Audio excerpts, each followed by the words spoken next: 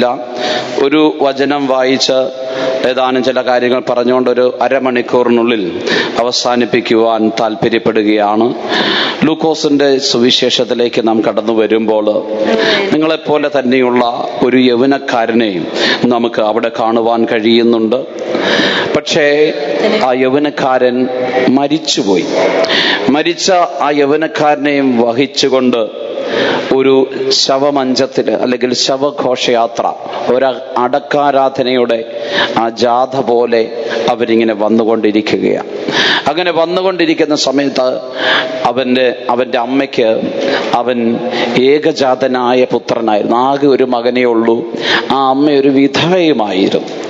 അങ്ങനെ ആ അമ്മ ഒറ്റ മകൻ മരിച്ച വിഷമത്തില് അവനുമായിട്ട് ഇങ്ങനെ വന്നുകൊണ്ടിരിക്കുന്ന സമയത്ത് യേശു ആ വഴിയെ ചെല്ലുകയാണ്. യേശു ആ വഴിയെ ചെന്നിട്ട് അവരോട് പറഞ്ഞതായ ഒരു കാര്യം ലൂക്കോസിന്റെ സുവിശേഷം 7-ാം അധ്യായത്തിന്റെ 14-ാം വാക്യം വായിക്കാം. ലൂക്കോസ് 7:14. ബാല്യക്കാരാ, എഴുന്നേൽക്ക എന്ന് ഞാൻ നിന്നോട് പറയുന്നുവെന്ന് അവൻ പറഞ്ഞു. ദൈവത്തിന് സ്തോത്രം. യേശു ആ ബാല്യക്കാരനെ നോക്കി മരിച്ചു കിടക്കുകയാണ്. അവനെ നോക്കിയിട്ട് യേശു പറയാണ്, ബാല്യക്കാരാ എഴുന്നേൽക്കുക. ഇന്ന് ദൈവം നമ്മളോടും നിങ്ങളോടും നമ്മോടെല്ലാവരോടും പറയുന്ന ഒരു കാര്യവും അത് തന്നെയാണ്. ബാല്യക്കാരി എഴുന്നേൽക്കുക. ഇവിടെ ആരോടാണ് ഇത് പറയുന്നത്? മരിച്ച ഒരു മനുഷ്യനോടാണ്, ഒരു ബാല്യക്കാരനോടാണ്. ദൈവത്തിന് സ്തോത്രം. പറഞ്ഞത് യേശു ആയതുകൊണ്ട് ഉറപ്പായിട്ടും അടുത്ത വാക്യത്തിൽ വായിക്കുമ്പോൾ മരിച്ചവൻ എഴുന്നേറ്റ് ഇരുന്ന് സംസാരിച്ചു തുടങ്ങിയെന്നാണ് എഴുതിയിരിക്കുന്നത്. അതായത് അവൻ ജീവൻ വെച്ചു, അവൻ പ്രവർത്തിക്കുവാനും ആരംഭിച്ചു. ദൈവത്തിന് സ്തോത്രം.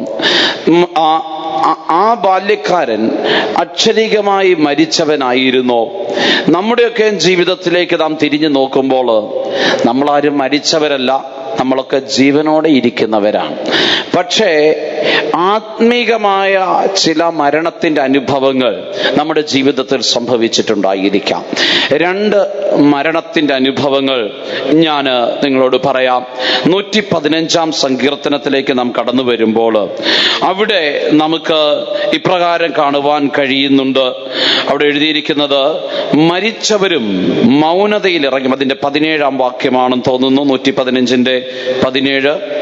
മരിച്ചവരും മൗനതയിൽ ഇറങ്ങിയവരാരും യഹോവയെ സ്തുതിക്കുന്നില്ല. മരിച്ചവരും മൗനതയിൽ ഇറങ്ങിയവരാരും ദൈവത്തെ സ്തുതിക്കുന്നില്ല എന്ന് പറഞ്ഞാൽ, മരിച്ചവർക്ക് ദൈവത്തെ സ്തുതിക്കാൻ കഴിയുന്നില്ല എന്ന് പറഞ്ഞാൽ അതിന്റെ അർത്ഥം ദൈവത്തെ സ്തുതിക്കാതെ നമ്മൾ ഈ ഭൂമിയിൽ ജീവിച്ചിരുന്നാലും നമ്മൾ പലരും ആത്മീകമായി മരിച്ച അവസ്ഥയിലാണ്. ദൈവത്തെ സ്തുതിച്ച് മഹത്വപ്പെടുത്തുവാൻ കഴിയാതെ, ആ സ്തുതിയുടെ പല അനുഭവങ്ങളുണ്ട്. സ്തോത്രം ചെയ്യുന്ന അനുഭവമുണ്ട്, പാട്ടോടെ സ്തുതിക്കുന്ന അനുഭവങ്ങളുണ്ട്, ആ സംഗീതത്തോടെ ദൈവത്തെ സ്തുതിക്കുന്ന അനുഭവം. അങ്ങനെ അനേക അനുഭവങ്ങൾ അതിലുണ്ട്. ദൈവത്തെ സ്തുതിക്കാൻ കഴിയാത്ത ഒരനുഭവം. ദൈവസന്നിധി വന്നാലും നമുക്ക് സ്തുതിക്കാൻ കഴിയാതെ ഇരിക്കുന്നുവെങ്കിൽ, ഭവനങ്ങളിൽ പ്രാർത്ഥനകളിൽ പങ്കെടുത്ത് നമുക്ക് സ്തുതിക്കുവാൻ കഴിയാതെ ഇരിക്കുന്നുവെങ്കിൽ, അത് ഒരു മരണമാണ്, ആത്മീകമായ മരണത്തിന്റെ അനുഭവമാണ്. രണ്ടാമത് എഫേസ്യ ലേഖനം 2-ാം അധ്യായത്തിന്റെ 1-ാം വാക്യത്തിൽ വായിക്കുമ്പോൾ അവിടെ പറയുന്നത്, പാപം, അതിക്രമങ്ങൾ അത് മരണമാണ്. ദൈവത്തിന് സ്തോത്രം. ഒന്ന് വായിക്കാമോ? എഫേസ്യർ 2:1. അതിക്രമങ്ങളാലും പാപങ്ങളാലും മരിച്ചവരായിരുന്ന നിങ്ങളെയും. അതിക്രമങ്ങളാലും പാപങ്ങളാലും മരിച്ചവർ എന്ന് പറയുകയാണ്. ദൈവത്തിന് സ്തോത്രം. എന്ന് പറഞ്ഞാൽ പാപം ചെയ്യുന്ന ഒരു വ്യക്തി മരിച്ചവനാണ് ദൈവം മുമ്പാകെ. അതാണ് റോമാലേഖനം 8:23 പാപത്തിന്റെ ശമ്പളം മരണമത്രയെന്നും, യെഹെസ്കേൽ 18:20 വായിക്കുമ്പോൾ പാപം ചെയ്യുന്ന ദേഹി മരിക്കും എന്നെഴുതിയിരിക്കുന്നത്. അതായത് അതിക്രമം, ലംഘനങ്ങൾ അല്ലെങ്കിൽ പാപങ്ങൾ അത് ഏതാണെങ്കിലും ഒരു മനുഷ്യന്റെ ജീവിതത്തിൽ വന്നാൽ അവൻ മരിച്ചു. ആദാമിന് സംഭവിച്ചത് അതാണ്. നീ ഇത് തിന്നുന്ന നാളിൽ മരിക്കുമെന്ന് പറഞ്ഞു. പക്ഷേ ശരീരം കൊണ്ട് ആദാം മരിച്ചില്ല, ആത്മീകമായി താൻ മരിക്കുവാൻ ഇടയായി. നാം ഇന്ന് ദൈവസന്നിധിയിലായിരിക്കുമ്പോൾ നമ്മിൽ ആരെങ്കിലും ആ ബാല്യക്കാരനെ പോലെ താൻ അക്ഷരീകമായി മരിച്ചു. നമ്മൾ ആത്മീകമായി മരണത്തിന്റെ അവസ്ഥയിലാണെങ്കിൽ ദൈവം നമ്മെ ഇന്ന് നോക്കി നമ്മോട് പറയുന്നത്, ബാല്യക്കാരി എഴുന്നേൽക്കുക എന്നുള്ളതാണ്. ദൈവത്തിന് സ്തോത്രം. എങ്ങനെയാണ് മരണം നമ്മളെ പിടികൂടുന്നത്? ആ ബാല്യക്കാരൻ മരിച്ചത് എങ്ങനെയാണ് എന്ന് ബൈബിളിൽ ഇല്ല. പക്ഷേ മറ്റൊരു ബാല്യക്കാരനെ കുറിച്ച് നമുക്ക് കാണുവാൻ കഴിയുന്നുണ്ട്. താന് മരിച്ച വിധത്തെക്കുറിച്ച് അപ്പസ്തോല പ്രവൃത്തിയിൽ വായിക്കുമ്പോൾ 20-ാം അധ്യായത്തിൽ നമുക്ക് കാണുവാൻ കഴിയുന്നുണ്ട്. അവിടെ പറയുന്നത് 20-ാം അധ്യായത്തിലേക്ക് വരുമ്പോൾ അപ്പസ്തോലനായ പൗലോസ് രാത്രിയിൽ പ്രസംഗിച്ചു കൊണ്ടിരിക്കുകയായിരുന്നു. അങ്ങനെ പകല് തുടങ്ങിയ പ്രസംഗമാണ്. അതിങ്ങനെ നീണ്ടു പോയപ്പോൾ ഒരു യൗവനക്കാരൻ കിളിവാതിൽക്കലിരുന്ന് പ്രസംഗം കേട്ടുകൊണ്ടിരുന്നു. ഉറക്കം പിടിച്ച് താന് താഴെ വീണ് മരിച്ചു എന്നാണ്.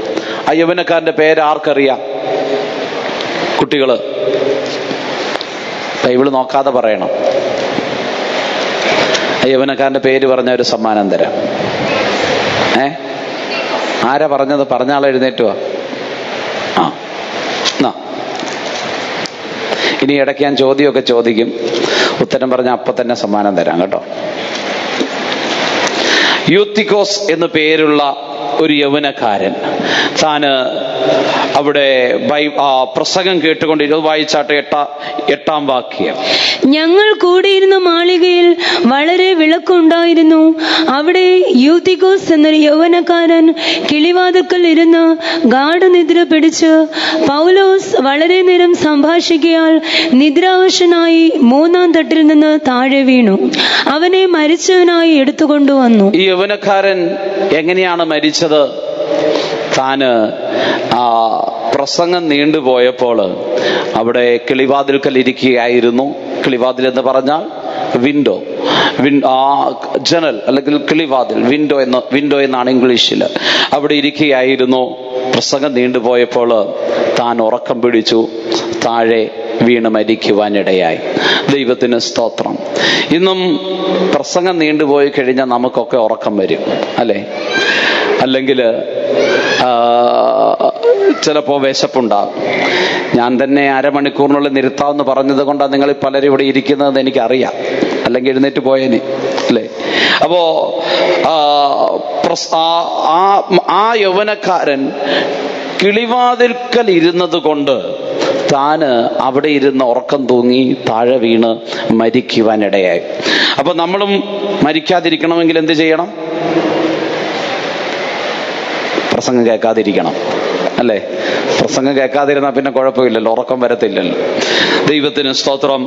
നാം പഴയ നിയമത്തില് ഇസ്രായേലിനെ കുറിച്ച് വായിക്കുമ്പോൾ യിരെമ്യാവ് അവരെ കുറിച്ച് പറയുന്ന ഒരു കാര്യം, യിരെമ്യാ പ്രവചനം 9-ാം അധ്യായത്തിന്റെ 21-ാം വാക്യത്തിലേക്ക് വരുമ്പോൾ അവിടെ പറയുന്നത്, കിളിവാതിലിൽ കൂടെ മരണം നമ്മുടെ അരമനകളിലേക്ക് പ്രവേശിച്ചു. 21-ാം വാക്യം എന്ന് വായിച്ചാട്ടെ. വിശാല സ്ഥലത്ത് നിന്ന് പൈതങ്ങളെയും വീഥികളിൽ നിന്ന് യുവാക്കളെയും ഛേദിച്ചു കളയേണ്ടതിന് മരണം നമ്മുടെ കിളിവാതിലുകളിൽ കൂടി കയറി നമ്മുടെ അരമനകളിലേക്ക് പ്രവേശിച്ചിരിക്കുന്നു. യുവാക്കളെയും പൈതങ്ങളെയും കൊന്നുകളയുവാൻ മരണം കിളിവാതിലിൽ കൂടെ എന്ന് പറഞ്ഞാൽ ഡെത്ത് എൻഡഡ് ത്രൂ വിൻഡോസ് അല്ലെങ്കിൽ കിളിവാതിലിൽ കൂടെ മരണം അകത്തേക്ക് പ്രവേശിച്ചു എന്നാണ് പറയുന്നത്. ദൈവത്തിന് സ്തോത്രം. ഇന്നും കിളിവാതിലിൽ കൂടെ മരണം അനേക പൈതങ്ങളെയും യൗവനക്കാരെയും കൊന്നുകൊണ്ടിരിക്കുകയാണ്. ലോകത്തിലെ ഏറ്റവും പ്രശസ്തമായ വിൻഡോസ് ഏതാണെന്നറിയാമോ? കിളിവാതിൽ എന്ന് മലയാളത്തിൽ പറയാം. ഏറ്റവും പ്രശസ്തമായ വിൻഡോസ് ആണ് മൈക്രോസോഫ്റ്റ് വിൻഡോസ്, അല്ലേ? അതിനെക്കുറിച്ച് കേൾക്കാത്ത ആരെങ്കിലും ഉണ്ടോ? വിൻഡോസ് 94, വിൻഡോസ് 96, വിൻഡോസ് 2000 എന്ന് പറഞ്ഞാൽ അവർ വിൻഡോസ് എന്ന് പേരിട്ടിരിക്കുന്നത് കമ്പ്യൂട്ടറിന്റെ ഓപ്പറേറ്റിംഗ് സിസ്റ്റത്തിനാണ്. ദൈവത്തിന് സ്തോത്രം. വിൻഡോസ് കഴിഞ്ഞിട്ട് പിന്നെ ആൻഡ്രോയിഡും, മൊബൈൽ ഫോണിൽ ആൻഡ്രോയിഡും അങ്ങനെയുള്ള പല ഓപ്പറേറ്റിംഗ് സിസ്റ്റം വന്നു.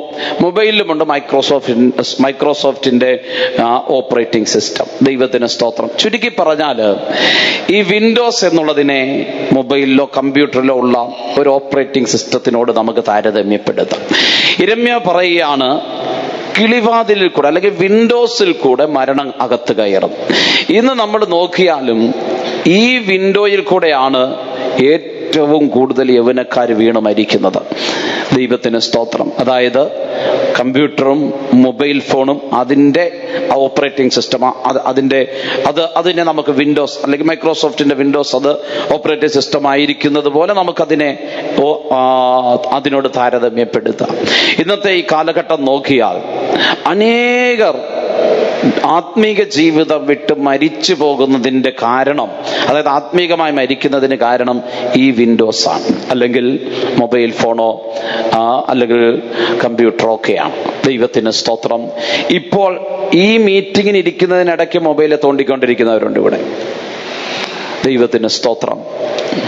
മരണം നിങ്ങളുടെ ഉള്ളിലേക്ക് കടന്നു എന്നതിൻ്റെ ലക്ഷണം, അതായത് ആത്മീക മരണം അത് ഉള്ളിലേക്ക് പ്രവേശിക്കുന്ന ഒരു വഴിയാണ് അത് എന്ന് നിങ്ങൾ മനസ്സിലാക്കിക്കൊള്ളണം. ഇന്ന്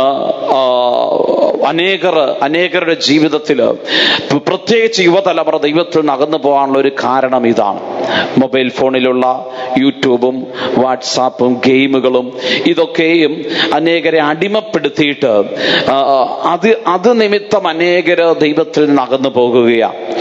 ഫേസ്ബുക്കിലോ അല്ലെ ഇൻസ്റ്റാഗ്രാമിലോ ഒക്കെ എന്തെങ്കിലുമൊക്കെ ഇട്ട് കഴിഞ്ഞിട്ട് അതിനെത്ര ലൈക്ക് കിട്ടി എന്ന് കാത്തിരിക്കുന്നവരാണ് ഇന്നത്തെ നമ്മുടെ യുവതലമുറകൾ പോലും. കഴിഞ്ഞ ഇടയ്ക്ക് ഒരു വാർത്ത കേട്ടതാണ്. ഒരു പെൺകുട്ടി, അവള് പ്രതീക്ഷിച്ച അത്രയും ലൈക്ക് കിട്ടാത്തത് കൊണ്ട് അവള് പോയി ആത്മഹത്യ ചെയ്തു. ദൈവത്തിന് അക്ഷരീകമായ മരണവും പതിയിരിക്കുകയാണ്. പല കുട്ടികളും ഗെയിമുകൾ കടിമപ്പെട്ടിട്ട് മണിക്കൂറുകളോളം രാത്രി മുഴുവനും ഗെയിമുകളിൽ തുടർന്ന് അവസാനം പണവും സാമ്പത്തിക നഷ്ടവുമെല്ലാം ഉണ്ടായി അക്ഷരീകമായി മരിച്ചു പോകുകയാണ്. നിങ്ങൾ ആരെങ്കിലും അങ്ങനെയുണ്ടോ? ദൈവത്തിന് സ്തോത്രം. എല്ലാം വിശദീകരിക്കുവാൻ സമയമില്ല. ഇതിന്റെ എല്ലാം പുറകില് വ്യക്തമായ പദ്ധതിയോടുകൂടെ പ്രവർത്തിക്കുന്ന ഒരു ശത്രുവുണ്ട്. മാത്രമല്ല, മറ്റൊന്ന്, യുവതലമുറയെ, പൈതങ്ങളെയും ബാല്യക്കാരെയും ഛേദിച്ചു കളയുവാൻ മരണം പ്രവേശിക്കുന്ന മറ്റൊന്നാണ് മദ്യവും മയക്കുമരുന്നുമൊക്കെ. ദൈവത്തിന് സ്തോത്രം.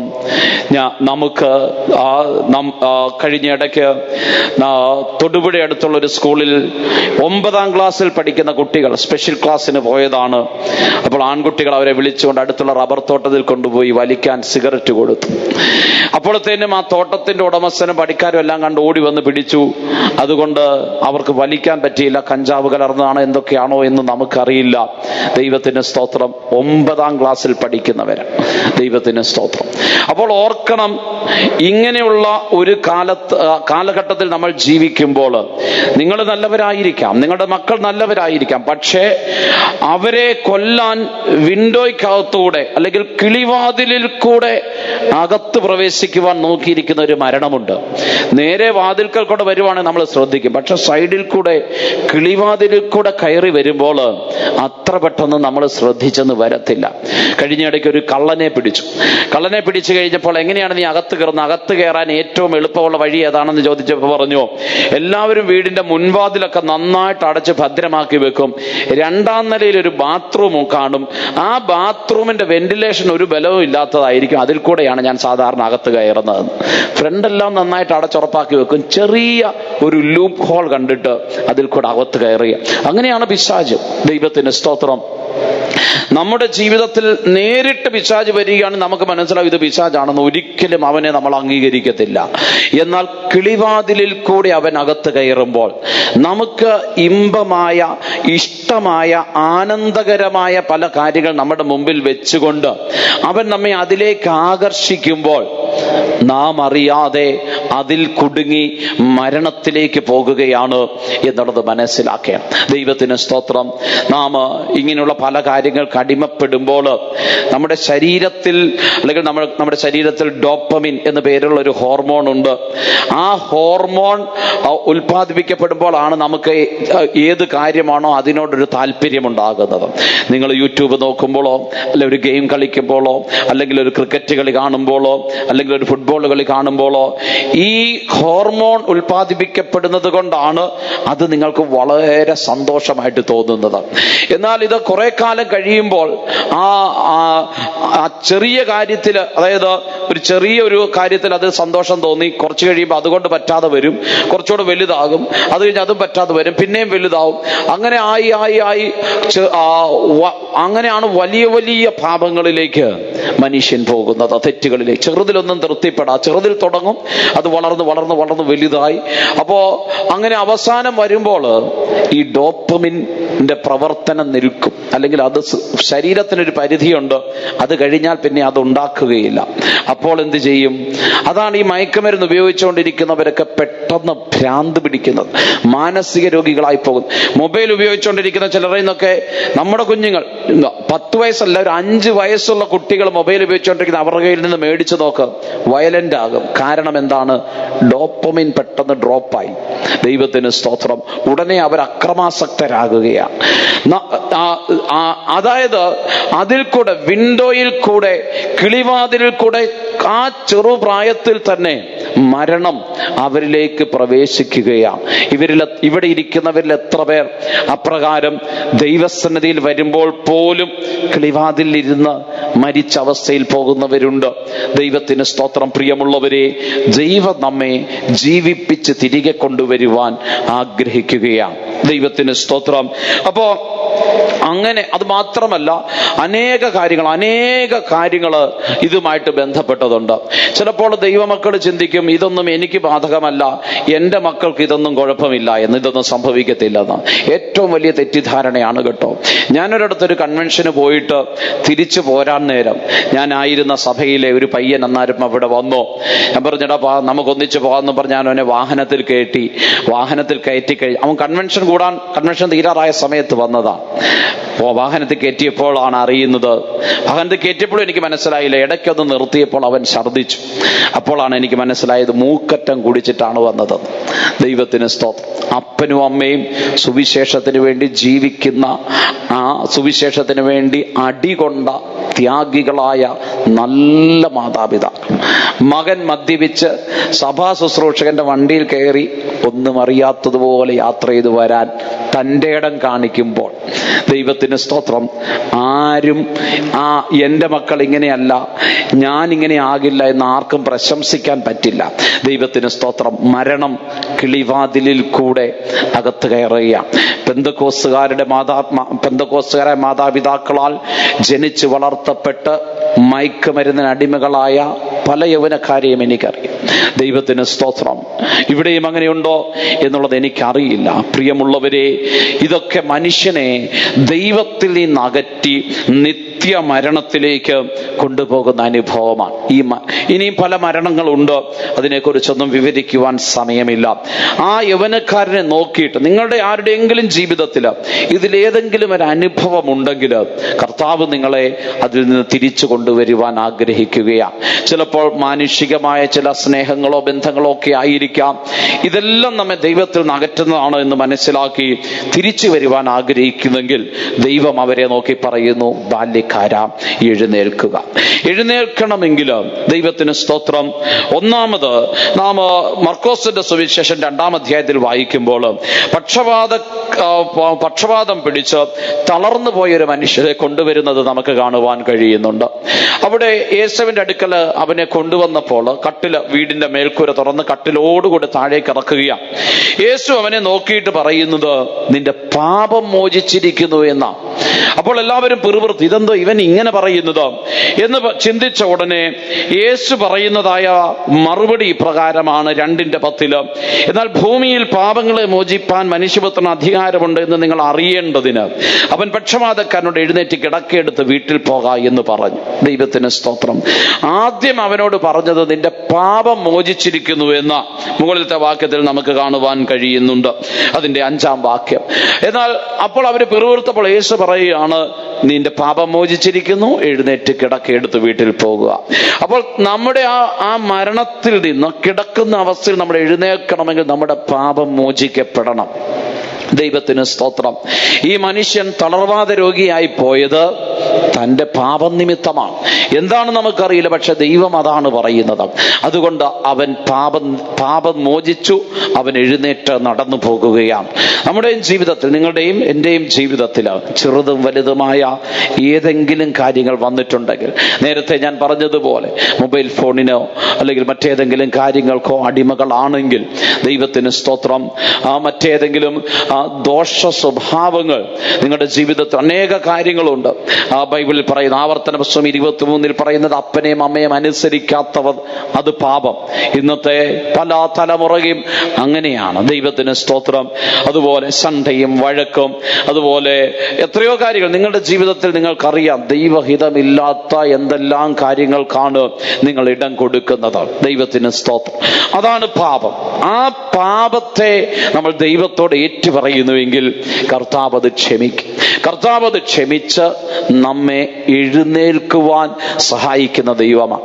പാപങ്ങൾ, നമ്മുടെ ജീവിതത്തിലെ പാപങ്ങൾ മോചിച്ചില്ലെങ്കിൽ ഈ മരിച്ച അവസ്ഥയിൽ നിന്ന്, ഈ കിടപ്പിലായിപ്പോയ അവസ്ഥയിൽ നിന്ന് നമുക്ക് എഴുന്നേൽക്കുവാൻ കഴിയുകയില്ല.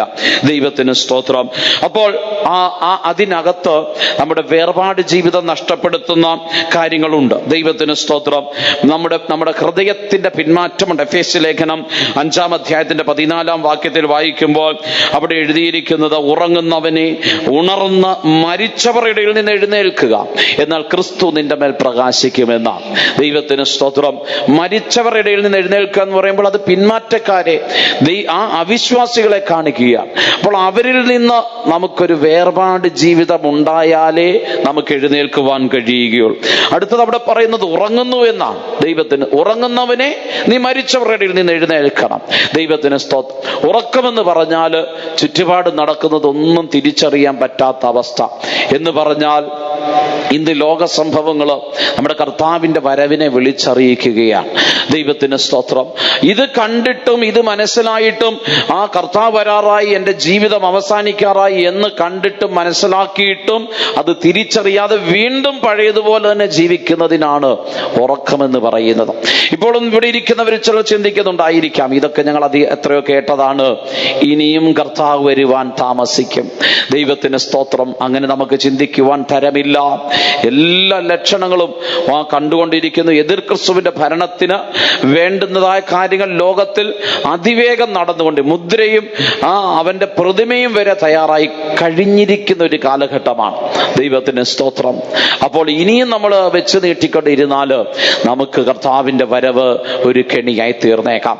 അപ്പോൾ നാം അതുകൊണ്ട് ഉറക്കം വിട്ട് ഉണർന്ന് പിന്മാറ്റക്കാരുടെ ഇടയിൽ നിന്ന്, പാപികളുടെ ഇടയിൽ നിന്ന് വേർപെട്ട് എഴുന്നേൽക്കുവാൻ തീരുമാനിക്കുമ്പോൾ ദൈവം നമ്മെ സഹായിക്കും. ആ ദൈവത്തിന് സ്തോത്രം. എഴുന്നേറ്റ് ഇരുന്ന് അവൻ സംസാരിച്ചു എന്നാണ് എഴുതിയിരിക്കുന്നത്. ദൈവത്തിന് സ്തോത്രം. നാം എഴുന്നേറ്റിരുന്ന് നാമും സംസാരിക്കുകയാണ്. എന്താണ് സംസാരിക്കേണ്ടത്? മത്തായിയുടെ സുവിശേഷം 28-ാം അധ്യായത്തിന്റെ 19-20 വാക്യങ്ങൾ വായിക്കുമ്പോൾ അവിടെ പറയുന്നത്, നിങ്ങൾ സകല ജാതികളെയും ശിഷ്യരാക്കിക്കൊണ്ട് നിങ്ങൾ മുമ്പോട്ട് പോകണമെന്നാണ്. എന്ന് പറഞ്ഞാൽ നമ്മൾ സംസാരിക്കേണ്ടത് യേശുവിനെ കുറിച്ചാണ്. സുവിശേഷം അറിയിക്കണം. നിങ്ങളുടെ സ്കൂളിൽ നിങ്ങളുടെ കൂടെ പഠിക്കുന്നവരോട്, നിങ്ങളുടെ ജോലി സ്ഥലത്ത് നിങ്ങളുടെ കൂടെ ഉള്ളവരോട്, നിങ്ങളുടെ അയൽവാസികളോട്, നിങ്ങൾ ഇടപെടുന്നവരോട് നിങ്ങൾ യേശുവിനെ കുറിച്ച് പറയണം. അതാണ് ജീവിക്കുന്നു എന്നുള്ളതിന്റെ ലക്ഷണം. ദൈവത്തിന് സ്തോത്രം. എഴുന്നേറ്റത് കൊണ്ട് മാത്രമായില്ല, എഴുന്നേറ്റിരുന്ന് സംസാരിച്ചു തുടങ്ങണം. കാലം തീരാറായി പ്രിയമുള്ളവരെ.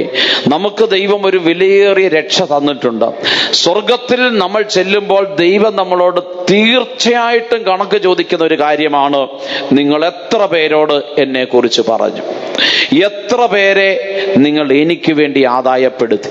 അത് ആരുമായിക്കോട്ടെ, സ്കൂളിൽ പഠിക്കുന്ന ഒരു കുട്ടിയായിക്കൊള്ളട്ടെ, പ്രായമായ ഒരു വ്യക്തി ആയിക്കൊള്ളട്ടെ, നമ്മൾ ഈ ഭൂമി വിട്ട് സ്വർഗത്തിൽ ചെല്ലുമ്പോൾ, സ്വർഗത്തിൽ കടക്കണമെങ്കിൽ കൃത്യമായി ഇതിന് കണക്ക് കൊടുക്കണം. ഞാൻ ഇത്ര പേരോട് സുവിശേഷം അറിയിച്ചു, ഞാൻ ഇത്ര പേരോട് യേശുവിനെ കുറിച്ച് പറഞ്ഞു. രക്ഷിക്കപ്പെടുന്നതോ രക്ഷിക്കപ്പെടാതിരിക്കുന്ന രണ്ടാമത്തെ കാര്യം, അത് ദൈവം മുഴുവൻ ചെയ്യേണ്ടതാണ്. അപ്പോൾ നാം എത്ര പേരുടെ യേശുവിനെ കുറിച്ച് പറഞ്ഞു? അതാണ് സംസാരിക്കുക എന്നുള്ളത്. ദൈവത്തിന് സ്തോത്രം. അതുകൊണ്ട് ഈ നാളുകളിൽ കർത്താവ് നമ്മെക്കുറിച്ച് ആഗ്രഹിക്കുന്നത് എഴുന്നേറ്റ് ഇരുന്ന് സംസാരിക്കുന്നവരായി തീരണം. മരിച്ച അവസ്ഥ മാറും. കിളിവാതിലിൽ കൂടെ അനേക വീടുകളിൽ, അനേക ഭവനങ്ങളിൽ യൗവനക്കാര് നഷ്ടമായിക്കൊണ്ടിരിക്കുക. ഇന്ന് പ്രാർത്ഥിക്കാൻ വരുന്ന വിഷയങ്ങളിൽ അനേക മാതാപിതാക്കളുടെ ഭാരം ഇതാണ്: എൻ്റെ മകൻ അല്ലെങ്കിൽ എൻ്റെ മകൾ ദൈവസന്നിധിയിൽ വരുന്നില്ല, അല്ലെങ്കിൽ വേണ്ടതുപോലെ ആത്മീകനായി കാണപ്പെടുന്നില്ല, പിന്മാറ്റത്തിൽ പോയി. കിളിവാതിലിൽ കൂടെ മരണം അവരെ പിടികൂടിയിരിക്കുക. അതുകൊണ്ട് കർത്താവ് നമ്മെക്കുറിച്ച് ആഗ്രഹിക്കുന്നത് നാം എഴുന്നേൽക്കണമെന്ന. എത്ര പേർ ആഗ്രഹിക്കുന്നു? ഒന്ന് കണ്ണുകളെ അടച്ചാട്ടെ. കഴിയുമെങ്കിൽ ഒരു നിമിഷം ഒന്ന് മുഴങ്കാലും അടക്കിയാട്ടെ. ഒരു മിനിറ്റ് ദൈവത്തെ നോക്കി ഒന്ന് പ്രാർത്ഥിച്ചാട്ടെ. കർത്താവേ, എന്നെയും ജീവിപ്പിക്കണം. ഇതുവരെയും ഞാൻ മരിച്ച അവസ്ഥയിലായിരുന്നു. ഞാൻ കിളിവാതിലിൽ കൂടെ, വിൻഡോയിൽ കൂടെ മരണം എൻ്റെ ജീവിതത്തിൽ പ്രവേശിച്ചു, എൻ്റെ മക്കളിൽ പ്രവേശിച്ചു. അതിനെ മാറ്റി കർത്താവേ, ആ ബാല്യക്കാരനെ, ആ നയീനിലെ വിധവയുടെ മകനെ ജീവിപ്പിച്ചതുപോലെ എന്നെ, എൻ്റെ മകനെ, എൻ്റെ മകളെ നീ ജീവിപ്പിക്കണമേ എന്ന് പ്രാർത്ഥിച്ചാൽ തീർച്ചയായിട്ടും നമ്മുടെ കർത്താവ് കൈവിടുന്നവനല്ല, ഉപേക്ഷിക്കുന്നവനല്ല. നമ്മുടെ ജീവിതത്തിൽ അവൻ പ്രവർത്തിക്കുന്ന ദൈവമാണ്. ആഗ്രഹിക്കുന്നവർ ഒരു നിമിഷം ഏൽപ്പിച്ചു കൊടുത്താട്ടെ. ഒരു നിമിഷം വാ തുറന്ന് ദൈവത്തോടൊന്ന് പ്രാർത്ഥിച്ചാട്ടെ. അവൻ നമ്മോട് തീർച്ചയായിട്ടും സംസാരിക്കും. എഴുന്നേറ്റ് ഇരുന്ന് സംസാരിപ്പിച്ചിട്ടാണ് യേശു അവിടെ നിന്ന് കടന്നു പോയത്. ഇന്ന് പകൽക്കാലം ദൈവസന്നിധിയിൽ കടന്നു വന്ന നമ്മെല്ലാം ദൈവം അതിനായി സഹായിക്കുമാറാകട്ടെ. നമ്മെ തന്നെ അതിനായി സമർപ്പിച്ചു കൊടുക്കാം. ദൈവം നമ്മെ സഹായിക്കട്ടെ. സമർപ്പിച്ചു ഞാൻ എന്നെ തന്നെ പൂർണ്ണ ഹൃദയത്തോടെ, സമർപ്പിച്ചു ഞാൻ എന്നെ തന്നെ പൂർണ്ണ ഹൃദയത്തോടെ, എന്നായുഷ്കാലമെല്ലാം നിനക്കായി ജീവിക്കും ഞാൻ. എന്നായുഷ്കാലമെല്ലാം നിനക്കായി ജീവിക്കും ഞാൻ.